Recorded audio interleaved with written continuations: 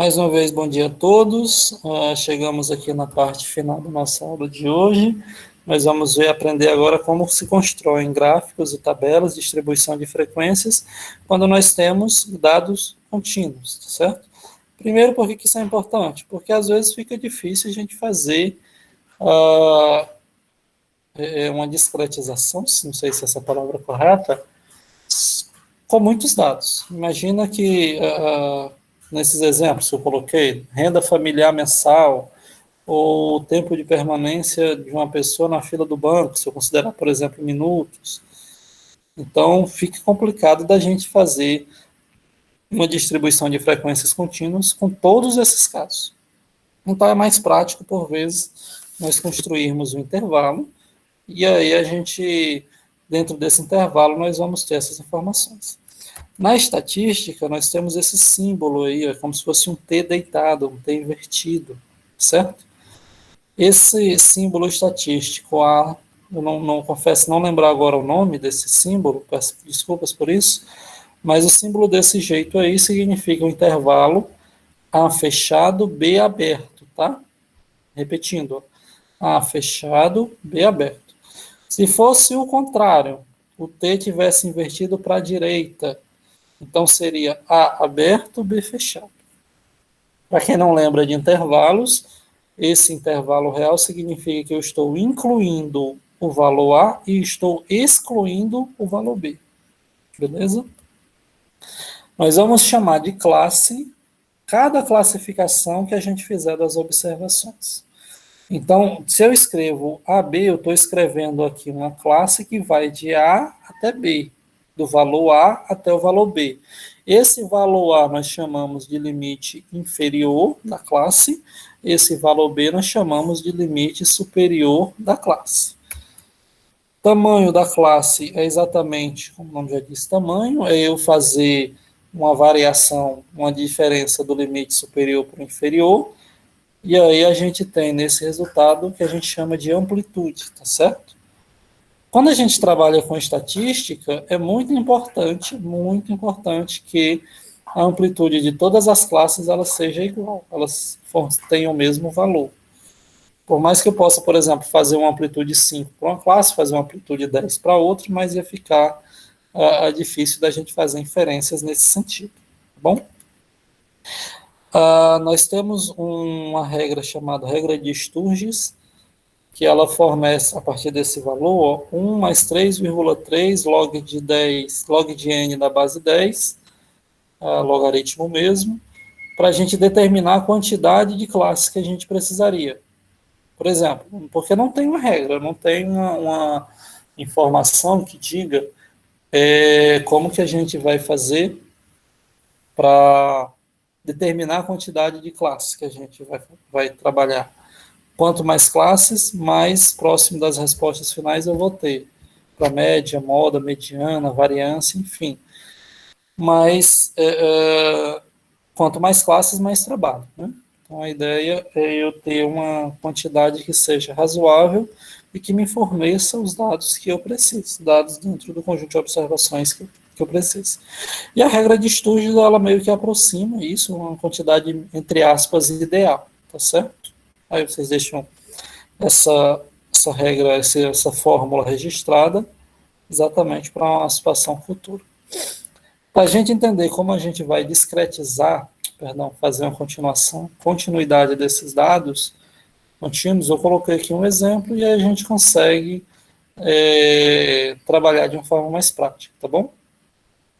Tenho aqui dados contínuos, um exemplo, tenho o tempo de espera de 30 clientes em uma fila de banco. Aqui as informações, temos o número de minutos que cada um desses 30 clientes esperaram e tal, e aí a pergunta é, vamos construir uma tabela de frequência, agrupando informações em classes de amplitude igual a 4 a partir do menor tempo encontrado.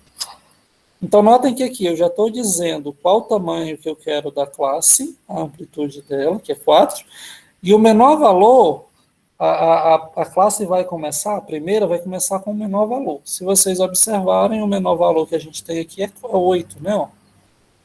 Então, como eu disse, para a gente fazer, eu determinei o menor valor, que é 8. Com isso, eu já vou calcular a quantidade de classes. Para mim fazer isso, eu vou precisar olhar qual é o maior valor. Nesse caso aqui, vocês vão ver que é o 35. Como eu tenho 35 como sendo minha maior informação, é só eu fazer 35 menos 8, que dá 27, e vou dividir por 4, que é exatamente a amplitude que eu tenho. Vai dar 7 e alguma coisa. 6 e alguma coisa, na verdade, se eu pegar. Ó. Vamos lá, de novo. Só para explicar para vocês. Eu pego o maior valor, que é 35, retiro o 8, que dá 27. Quando eu divido por 4, dá 6,75. E aí, naturalmente, a gente arredonda para mais, tá? Então, eu vou precisar aí de 7 classes, tá bom? Organizamos os dados em ordem crescente. Não é obrigatório também, eu faço isso, só que como é nosso primeiro exemplo, só para a gente facilitar. Uma das coisas que às vezes os alunos fazem é sair riscando, né, quando você vai preenchendo a tabela. Porque, por exemplo, ó, mesma coisa. A primeira observação aqui que a gente tem é do 8 até o 12. Do 12 até o 16, do 16 ao 20, e assim por diante, até chegar lá no último, do 32 até o 36. E aquilo que eu estava falando de sair riscando, é que, por exemplo, a gente viu aqui a primeira classe como sendo do 8 ao 12. E aí a gente vai ter que procurar quantos nós temos do 8 até o 12, nesse conjunto de observações, sem ter que estar colocando ele em ordem alfabética, em ordem crescente, aliás. Bem, e aí, o que a gente faz? Importante aqui, tá? Eu tenho aqui na primeira classe do 8 até o 12. Se a gente se lembrar lá dos conceitos de intervalos, eu vou estar incluindo o 8 e estou excluindo o 12. Então, o 12 ele não conta aqui para a minha primeira classe, tá bom? Prestem atenção nisso, por gentileza. Então, eu vou fazer, ó, temos um 8, dois 8, duas observações, um 10 e um 11. Então, do 8 até o 12, eu tenho 4 observações.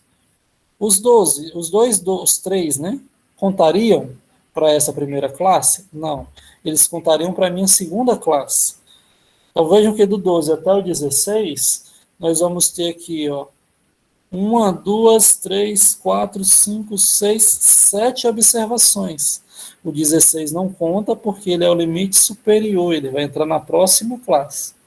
E à medida que a gente vai fazendo essas continhas, queridos, a gente vai ter isso aqui, ó.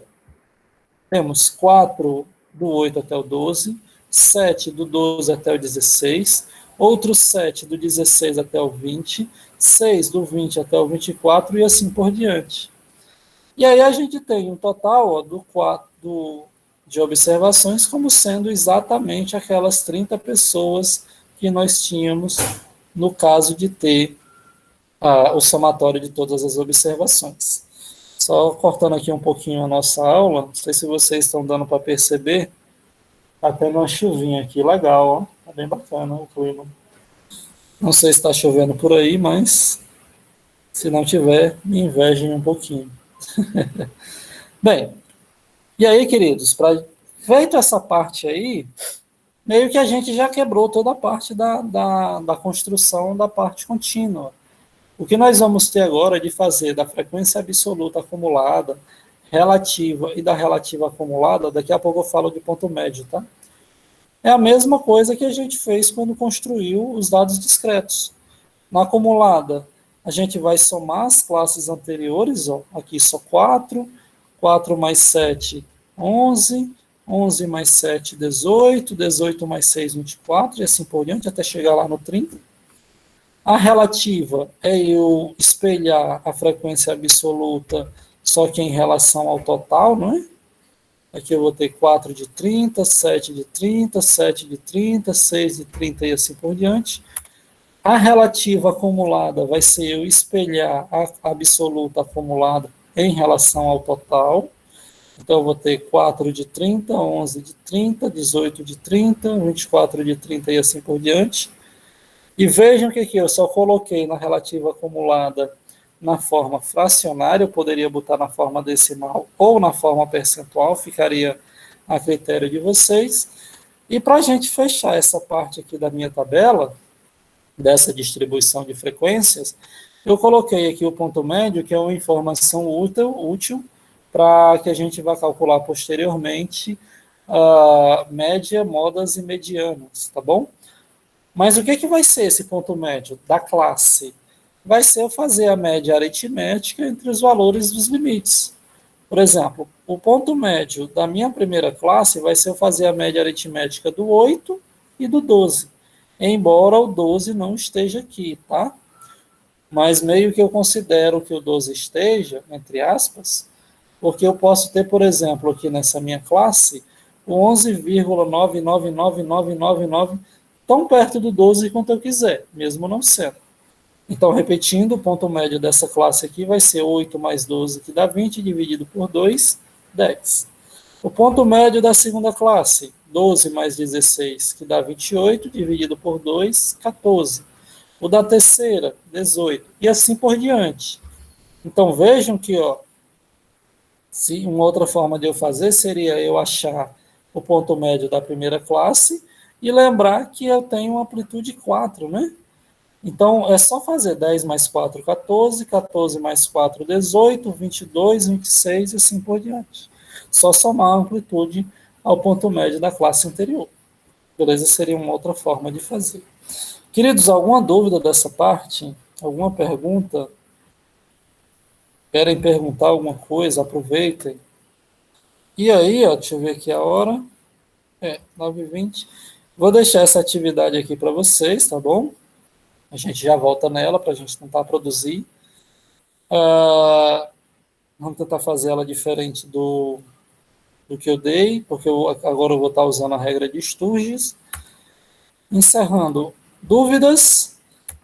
E aí eu agradeço a todos. Deixa eu ver se vocês têm dúvidas, querem perguntar alguma coisa? Acho que não.